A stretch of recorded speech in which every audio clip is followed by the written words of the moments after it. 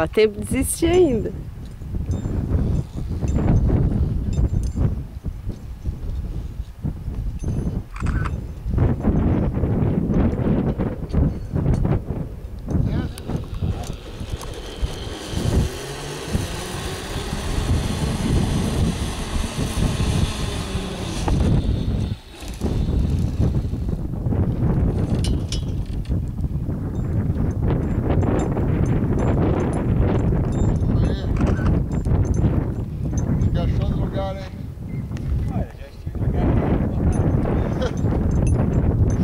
Então agora assim, ó, segura com as duas mãos na borracha preta na frente aí. E aí quando tu for cair, só firma o pescoço e a cabeça. Não cai com a cabeça mole, tá? Só firma.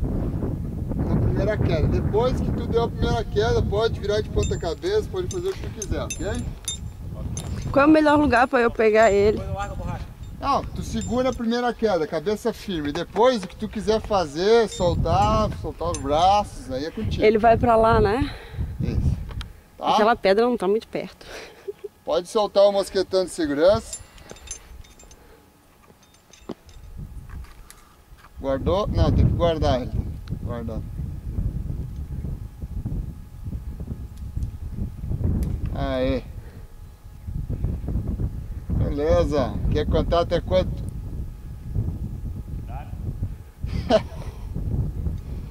Tá pronta a filmagem? Vai gritar bastante ou não? Vamos contar até 10.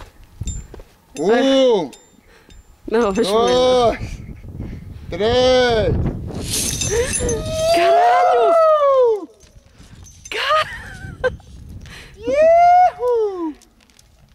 Pode soltar os braços, pode soltar. Solta.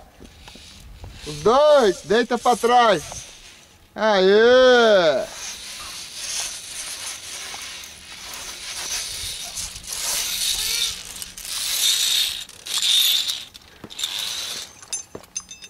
Beleza.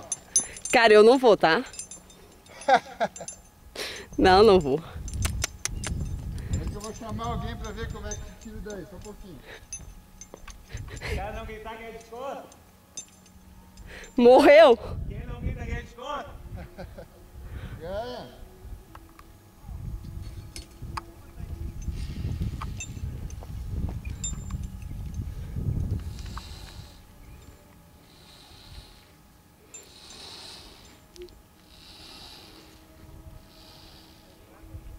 Tá vendo a escada agora aqui atrás de ti? Vai começar a encostar os pés nos machinhos aí, vai ficando em pé devagar. A hora que tu ficar em pé, simplesmente sobe a escada, não mexe em nada, tá?